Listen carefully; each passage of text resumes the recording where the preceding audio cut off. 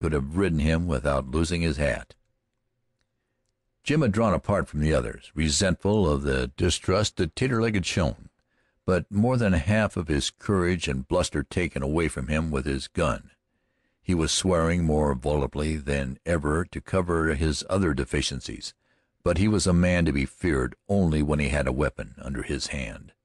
The Duke had brought the horse almost back to camp when the animal was taken with an extraordinary vicious spasm of pitching, broken by sudden efforts to fling himself down and roll over on his persistent rider.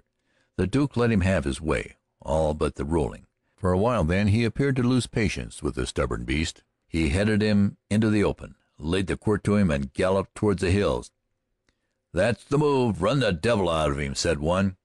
The Duke kept him going and going, for all there was in him. Horse and rider were dim in the dust of the heated race against the evil passion, the untamed demon in the savage creature's heart.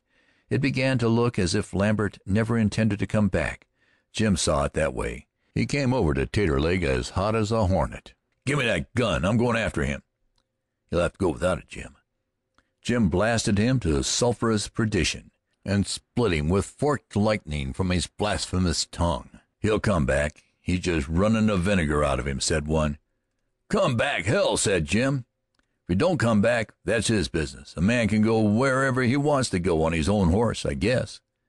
That was the observation of Siwash, standing there rather glum and out of tune over Jim's charge that they had rung the Duke in on him to beat him out of his animal.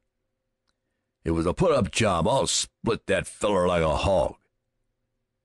Jim left them with that declaration of his benevolent intention, hurrying to the corral where his horse was, his saddle on the ground by the gate. They watched him saddle and saw him mount and ride after the Duke, with no comment on his actions at all. The Duke was out of sight in the scrub timber at the foot of the hills, but the dust still floated like the wake of a swift boat, showing the way he had gone. "Yes, you will," said Taterleg.